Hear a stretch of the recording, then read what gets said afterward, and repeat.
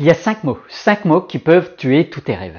Salut, c'est Alain, bienvenue sur cette chaîne si tu es nouveau. N'oublie pas d'ailleurs si tu l'as pas déjà fait de pouvoir de cliquer sur le petit bouton qui est là juste pour t'y abonner. Tu recevras comme ça toutes les vidéos que j'y diffuse.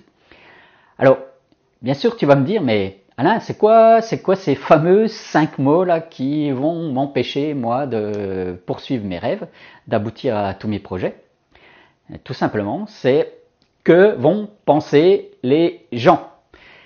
Est-ce qu'il n'était jamais arrivé d'interrompre ce que tu voulais faire, d'hésiter à passer à l'action juste parce que tu avais peur du retour des gens, du regard des gens, du jugement, de la perception que pouvaient avoir les autres sur ce que tu voulais faire ou que tu allais faire ou que tu allais dire?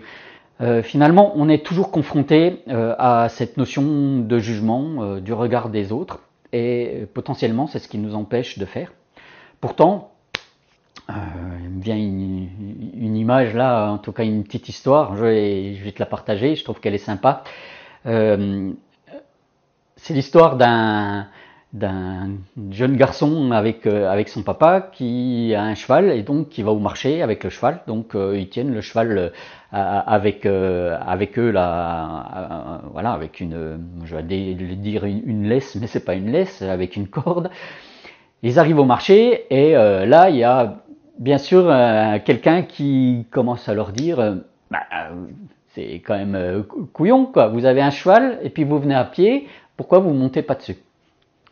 Donc là-dessus, ils se disent oui, en effet, c'est pas faux. Donc la fois suivante, quand ils retournent au marché, le jeune garçon monte sur le cheval et le papa avance à côté de lui en tenant la corde.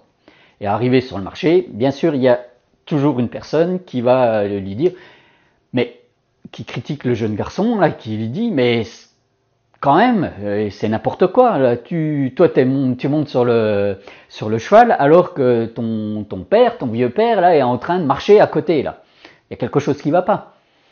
Ah, donc là, ça mouline là-dedans et la fois d'après, pour aller au marché, finalement, le jeune garçon dit à son papa, monte toi sur le cheval, puis c'est moi qui vais marcher à côté. Donc ils arrivent au marché.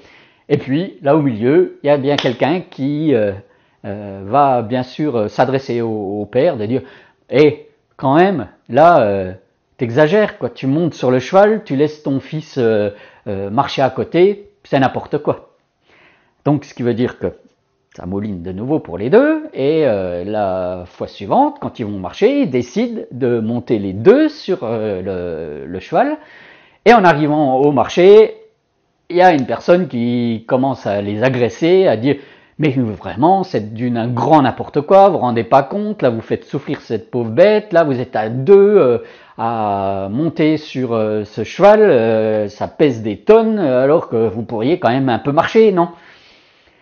En fait, cette histoire démontre que quelle que soit la situation, quelle que soit la décision, il y a toujours quelqu'un qui sera là pour émettre un jugement, un avis, pour ou contre.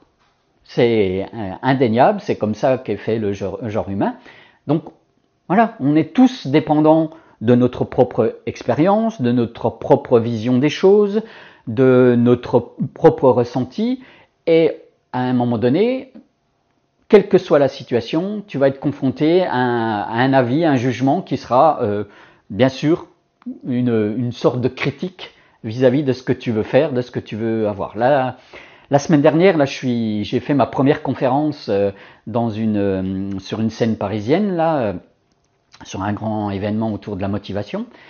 Et bien sûr, j'ai mon mental qui est parti un peu en vrille à un moment donné, de dire jamais je vais pouvoir monter sur scène, qu'est-ce que vont penser les gens de ma façon de parler, de ma présentation, de mon contenu, de mon élocution, de mon humour, il y en a qui vont aimer, il y en a qui vont pas aimer.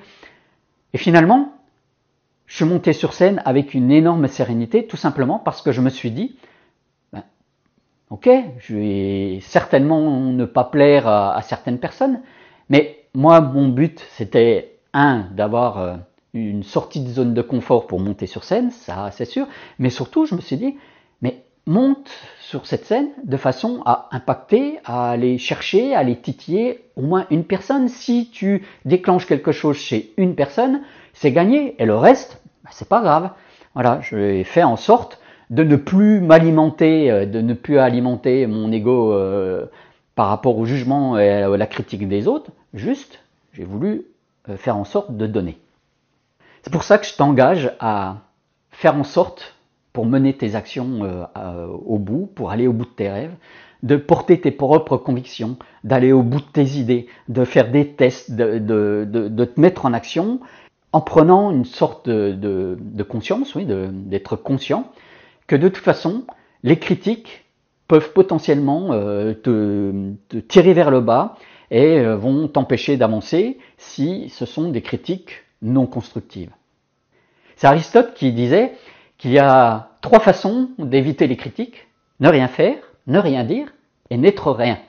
Et n'oublie pas que pour avancer, pour aller au bout de tes rêves, il va falloir que tu investisses, que tu testes, que tu mettes en place des choses, que tu te mettes en action, et que le fait de faire fi du jugement des autres va te permettre justement d'aller là où tu veux aller. N'oublie pas que pour continuer à avancer, il faut mettre en place des choses, il faut t'alimenter, faire évoluer tes savoirs, tes savoir-être, tes savoir-faire. Et pour ça, il faut passer à l'action et obligatoirement, à un moment donné, tu vas faire les choses plus ou moins bien. Et alors, le but, c'est d'avancer, le but, c'est de progresser. Et surtout, fais en sorte de ne pas te laisser juger ou flatter par les autres.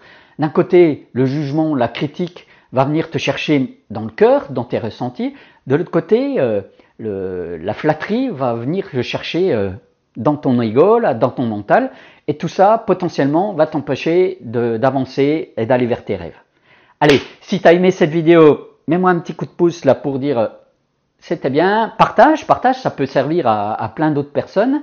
En attendant de se retrouver très vite, explore ta vie, passe à l'action et surtout, change ta réalité.